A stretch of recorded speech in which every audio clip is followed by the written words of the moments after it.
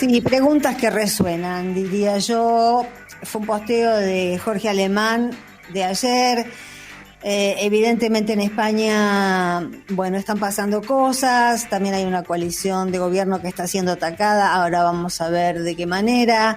Yo decía que son opiniones transatlánticas, las de Jorge Alemán, que también ha sido bastante atacado por el peronómetro aquí, ¿no? Que hay algunos que se olvidan de que en el peronismo también existió la década del 90 y que fue una década entreguista y que no hay demasiado orgullo en recordar ese capítulo del peronismo argentino cuando hay muchos otros capítulos que sí dan orgullo. Y el texto muy breve de Alemán se hace estas preguntas. ¿En qué momento hay que enfrentarse? ¿En qué momento hay que afrontar una ruptura?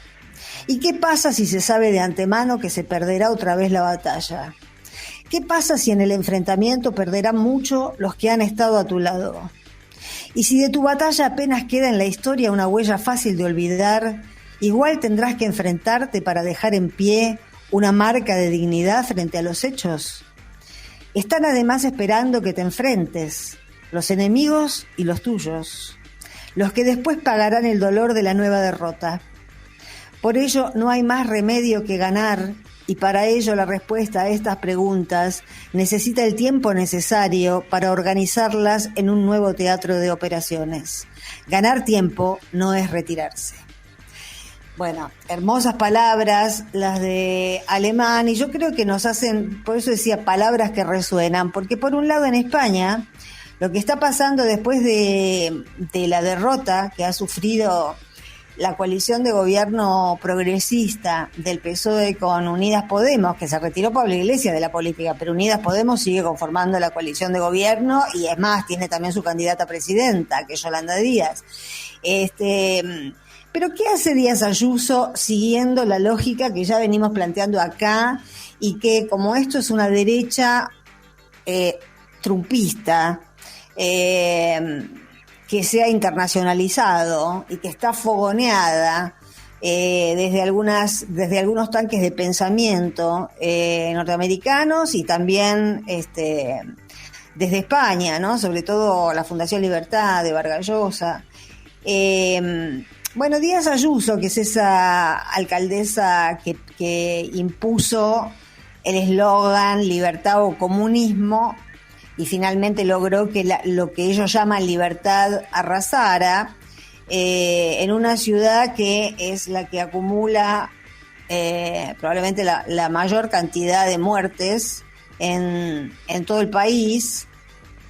Una mujer que no hizo caso de las recomendaciones del gobierno de España, y que defendió también autonómicamente su libertad de dejar los bares abiertos, ahora acusa a el gobierno de Pedro Sánchez, de no haber cerrado las fronteras, de haber hecho un mal manejo de la pandemia, de no haber cerrado las fronteras. Ella que dejó los bares abiertos para recibir a los turistas, porque no eran básicamente los españoles de los que vive Madrid.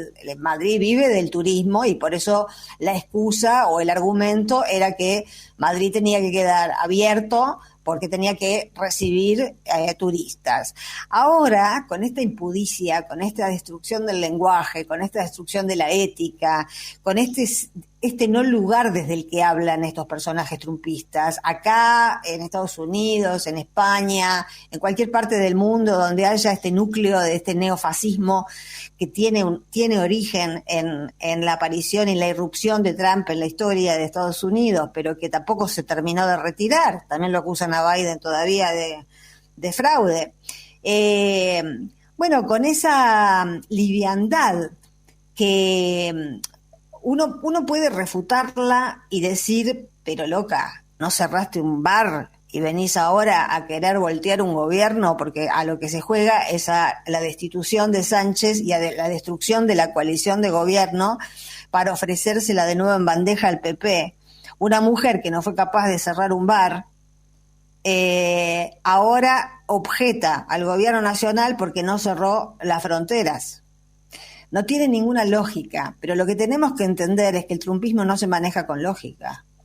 es imposible dar un debate racional con esta gente. Por eso van a decir en el Congreso que esta ley, este DNU del presidente argentino, es una ley de delegación de poderes, de superpoderes, de lo que sea. Van a decir cualquier cosa, porque la palabra de ellos no tiene ningún sentido. Ahora, las preguntas que se hace Alemán son, me parece que muy pertinentes, porque a pesar de que indaga en la posibilidad de una ruptura o de una fractura en las coaliciones, que suelen fracturarse y suelen romperse, las coaliciones no son eternas, estamos atravesando todos los países, pero sobre todo España y Argentina, momentos en los que estamos con una amenaza enorme, con una amenaza que va más allá de las preferencias políticas de cada uno, porque está pasando lo que ya contamos. No es que pase solamente en Bahía Blanca, que están escondiendo los números, pasa en todos los distritos macristas. En Corrientes están ocurriendo cosas, varias cosas vinculadas ya casi a lo delictivo, desde el ministro de Salud que chocó en dirección contraria a Goya con vacunas que decía que eran para Goya, hasta el desconocimiento de las órdenes de migraciones a nivel nacional y abriendo fronteras para que un tipo vaya al cumpleaños de la novia a Brasil y vuelva. En Mendoza está con muy poca capacidad sanitaria y parece que tampoco están dando los datos correctos. Por lo menos hay muchos ciudadanos que se quejan de que no están con margen sanitario para abrir nada. Empezó a haber un clamor en todo el país de que se cierre, y empezó también a haber un clamor de la gente que no son, y esto sería lo importante y lo racional para que esta coalición de gobierno se pusiera a pensar, un clamor de los pequeños comerciantes, de los pequeños productores, de los pequeños emprendedores, de los vendedores callejeros, que ante la idea, ante la inminencia o el clamor de la gente que dice, se está muriendo demasiada gente, se está muriendo un familiar de todo el mundo, tenemos que cerrar, no hay otra alternativa. Ahí vienen los que ya deben impuestos, no tienen resto, y si se quedan sin la poca ganancia que les da una mínima apertura, mínima, depende del lugar donde sea, en algunos lugares está totalmente abierto, aparece la angustia y la tristeza. Yo creo que ahí es donde vienen las fricciones en la coalición de gobierno para ver, en principio, desde qué lugar se aborda ese cierre, porque yo creo que esta gente no hay que perderla, porque esta gente que ve si hay que volver a cerrar la economía, si en algún momento hay que volver a fase 1, fase 2, esta gente no puede ser incubadora de odio, porque esta gente la va a ir a buscar la derecha, ofreciéndole la libertad, lo que ellos llaman la libertad. La gente angustiada se desespera y la gente desesperada se confunde. Entonces esta gente hay que contenerla desde una fuerza empática, desde una fuerza política empática que encuentre, así como está por salir la ley de que el gas en las zonas frías va a costar la mitad de lo que cuesta en una zona de temperaturas normales. Ese tipo de medidas son las que desde la política van ayudando a la gente a afrontar las dificultades sucesivas. Por supuesto que con eso no alcanza para nada, pero hay que pensar en baterías de soluciones para contener a la gente a la que los cierres van a afectar, porque hay que pensar que hay otra gente, que son muchísimos menos, que han ganado fortunas con la pandemia.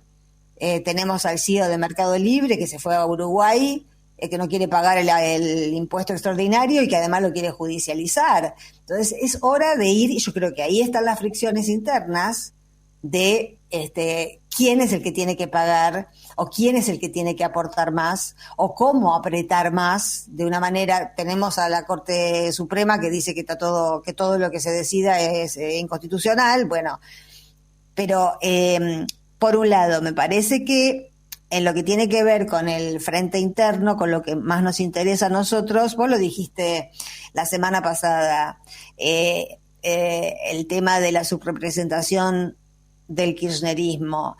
Alcanza con escuchar a Leuco decir que quiere un país sin kirchnerismo para darnos cuenta de que a lo que le siguen teniendo miedo, porque saben que de ahí van a salir las medidas más duras y las que van a apuntar directamente a los que más han acumulado, es el kirchnerismo. Si no, estarían diciendo que queremos un país sin masismo.